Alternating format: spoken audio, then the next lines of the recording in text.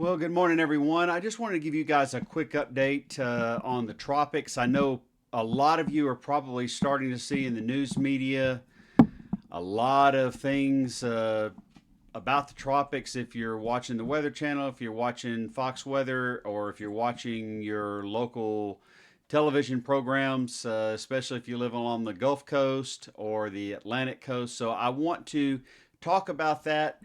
First of all, we have Dexter out here. Not a threat at all. We have another area that'll disturb weather off the southeast coast. Not a threat at all. And then you'll see on the NHC 7 day outlook, you'll see this large area. And if you look at it, it looks as if what they're showing here is that it's going to form out here and go off into the Atlantic. And I want to kind of break that down for you guys. This will be a pretty quick video. But first of all, I want to show you what the global tropical hazards look like. Uh, and This kind of cuts it off a little bit. And there's unfortunately no way to really go about unless I unlock this here and kind of, well, I can't even do that. So let me keep that. Let me just keep this as is. So you can see what I need you to see. And that is that there's an area of 60% or greater development over here east of the islands. And that's what we're going to be focusing on. So, as you can see here, there's a whole lot of shower activity along the intertropical convergence zone, the equatorial trough. You can see we have some cyclone activity off the coast Pacific, west coast. The west coast of Mexico. There, we're not worried about that. You can start to see what we're looking at here, off the coast of the southeast Atlantic. Not a lot to write home about right now, but what we're really focused about is out here in the eastern Atlantic. And I've got to zoom in here. You can see we have a lot of what we call gyres, little areas of rotation, little areas of low pressure out here west of the Cabo Verdes.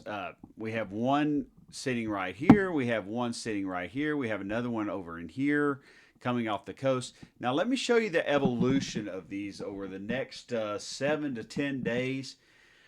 The models all have differing solutions. What I'm going to do is show you 4 different models, all starting at about the same period of time. And then I'm going to backtrack that on a couple of the main models. All right. So, first of all, we're going to show you the European starting at 168 hours. And this is Wednesday night. It says Thursday, but that's Wednesday night at 8 o'clock Eastern, 7 o'clock Central. It's Thursday 0Z. That's Greenwich Mean Time. So you can see what the European is showing is we're starting to see some, and this is at the 850 millibar level. That's about 5,000 feet. And why I like to show that level is because it's free of the land friction. It's above all the land masses. And anytime you start to get that turning at that level, uh, that's a good sign that you got something to work with. You can see we have a lot of wind shear here in the lower levels in the Caribbean. That's very normal. You get that. We call this Eastern Caribbean the graveyard. You get systems coming through here. They usually fall apart this time of year, especially. So the European is showing we have something sitting, just east of the islands, around 45, 50 west. And then we have the GFS.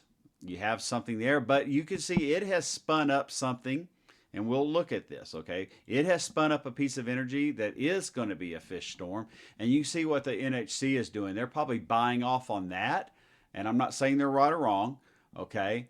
Then we have the Canadian. You can see it has something, but it also has something behind there, which is kind of what the European is showing and kind of what the GFS is showing, okay? Then we have the UK Met. UK Met doing the same thing. Something right there, something behind it. And oh, I don't want to show that yet. Okay. So here we have the four different models. We have European showing something here, showing something further east. GFS, same thing. Canadian, same thing. UK Met, same thing. Now, I'm going to go ahead and not show you the Canadian or the UK Met. What I want to focus on is what the European evolution does and what the GFS evolution does, because these are going to be our main models that we're going to focus on if and when something develops. So you can see what the European does. It takes this piece of energy. Now we're going all the way back to current time. It takes this piece of energy and it moves it west, okay, and kind of gets it lost. And now we're back up to where we were. And then you can see what it does. It spins it up just east of the islands. So let's take it now to where we're Thursday evening, and let's take it out to Friday morning. You can see now we have probably what a tropical storm just over around the Virgin Islands.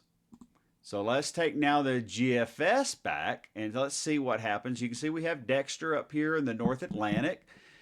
And now let's move forward, and you can see what it does is it takes this piece of energy. It's very gung-ho and aggressive and spins it up.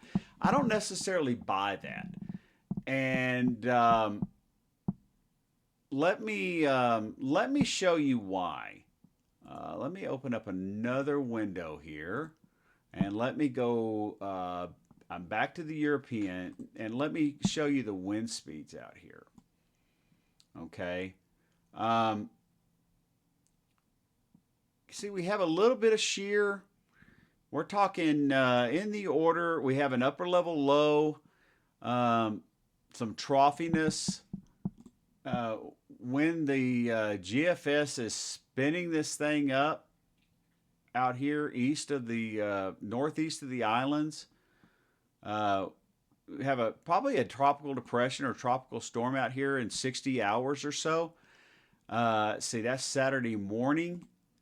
You can see in this area here where the European has it, it's got easterly shear on the order of 30 knots or so. I have a hard time buying that a storm is going to spin up like that under that kind of shear. Now, it doesn't mean that it can't happen, but you can see if it is able to actually get something going, it's going to have pretty good upper level support at that moment. So what the GFS does is it actually, in about 150, by next Wednesday, it really gets a very good system cranking. All right, a really good system. And then it wants to spin up another system in the Gulf, all right, another system in the Gulf, in the Bay of Campeche, while it spins up this major hurricane just near Bermuda. All right, so now we're at next Friday. So let's take we're almost at we're at the same valid time here next Friday. So we got two totally differing solutions now. We have a tropical storm on the European east of the islands, and we have a major hurricane near Bermuda on the GFS. But now the GFS is showing another tropical system forming east of the islands. On that last bit of energy, remember there was two systems on both the European and the GFS and all of the systems. Remember, on all of the models were showing two systems. It's just the GFS decided to crank this one up, and now both of them are bringing in. The European just didn't crank it up. It just brought it west as a wave. And you can see where it is in the European. It kind of loses it. It brings it west. It gets lost in the Caribbean graveyard and probably brings it west to here. And here it is right here. And brings it into Central America. Okay? And I kind of feel that that's probably what's going to happen. And then what you can see is as it gets closer to the islands, it really cranks it up. So that by next Saturday morning, we have a pretty decent system getting into the Greater Antilles. Now, what does the GFS show for next Saturday morning? GFS shows for next Saturday morning a pretty good system a little bit further behind. So the models are basically tracking on the same thing. So let's keep with the GFS and let's go forward another day. Now we're Sunday at about midnight, Monday, early Monday morning. We still have this monster system the GFS has picked up on, right? Off the East Coast. Now, remember, I don't think this is going to be there. One thing that this would do, though, if this were there, it's creating a weakness in the ridge. This massive system that I don't think is going to be there is creating this massive upper level low.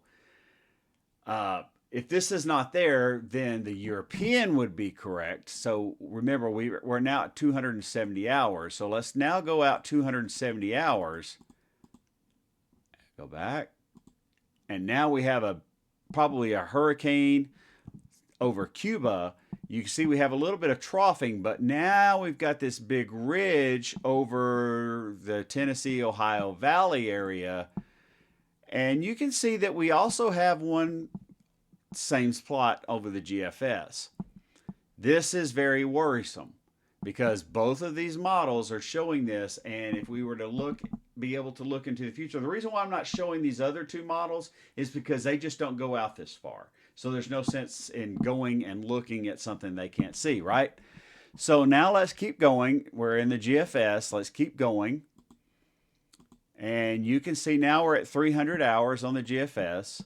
And so let's go 300 hours. And you can see now, European and the GFS. And I just closed it. Thanks to the miracle of modern technology, we are now going to click exceptionally fast. Now look at this. We're Tuesday morning on the Euro and Tuesday morning on the GFS. And that is about as close to model consistency as you can get, brothers and sisters. You've got both models almost spot on with a hurricane south of Cuba. Now we go forward, and the European just wants to stall this thing out slowly, and I'll show you why here in a second. And now we're at the end of the model run at 360 hours on the European. And now let's get to, let's get to 360 hours on the GFS. And now let's trade out our maps and let's go to the Gulf of Mexico, shall we? Let's go to the Gulf of Mexico. And you can see what we've got on the GFS and the European. So to give you an idea of the track, I'm just going to run this out to the GFS. I know the pucker factor just went up mightily for all my friends in Texas, and especially my peeps and my homies and all those other slang words that I love to use so much. My besties and the people I love in Southeast Texas. But I'm going to get a word of caution in here in just a little bit. Okay, this is a very long way out, and we're gonna look at this here in a second. And then there's the European. Okay, so first of all, what does this look like at the surface? Well, that's what it looks like at the surface. Max winds of about 87 knots. But here, at 850, we're looking at 160 knots. And let's see, while my brain freezes, y'all are still going to have to be patient with me here a little bit. And we're looking at 125 knots. So, and increasing. So now let's look at something else.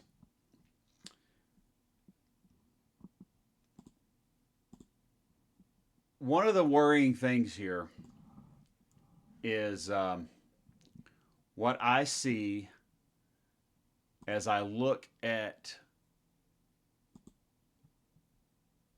um, let's see if I can pull this out here. Here we go. Well, it's when you know it, it's wanting to be stubborn.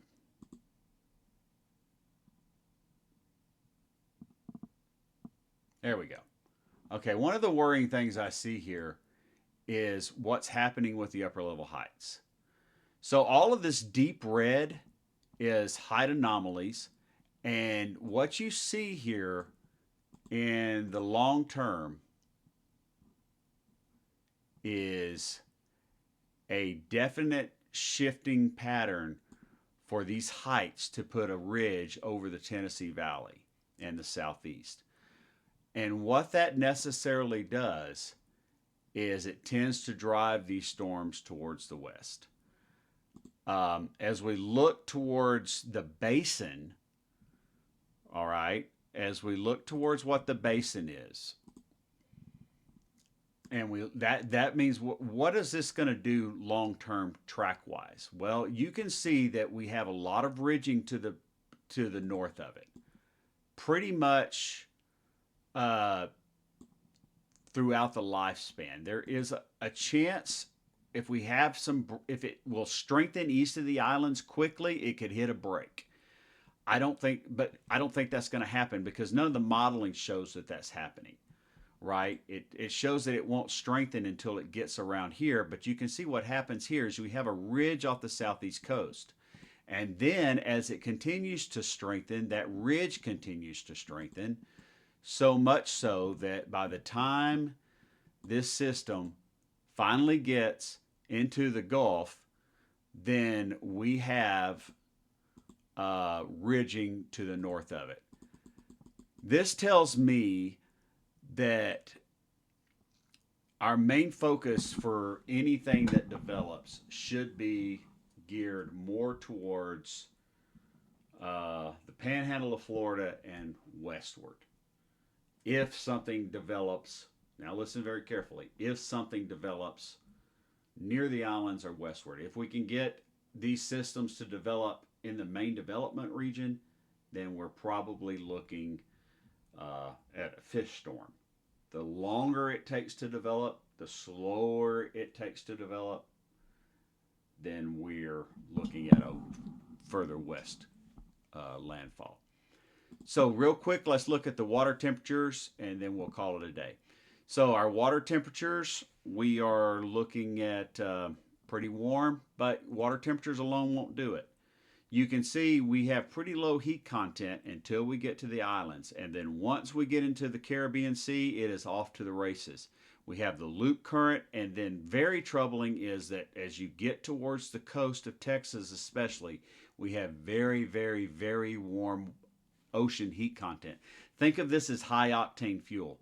It doesn't matter that you have gasoline if it's 60 octane, right?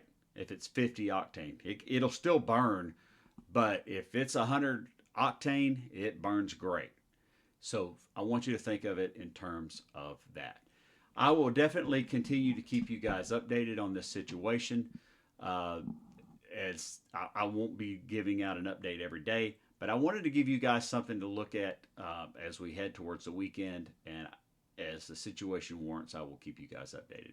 Love you all. May God richly bless you, my beloved.